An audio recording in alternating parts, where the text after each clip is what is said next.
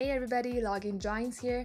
So today I'm gonna help you fix Snapchat verification code not received problem. So this might occur due to many reasons. First, we need to check if our Snapchat application is up to date or not.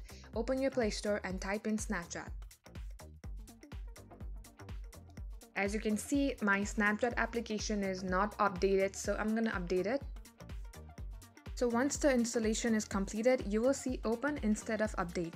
So let's move on to our second step. Open your settings application. Scroll down and go to apps. Under here, go to Snapchat. Go to permissions. And what you want to do is allow contacts so that they can text you the confirmation or maybe verification code. Go back, again go to storage and clear the cache.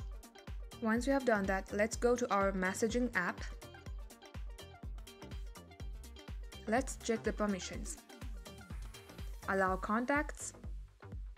And this should solve your problem. Thank you guys for watching and do not forget to like and subscribe.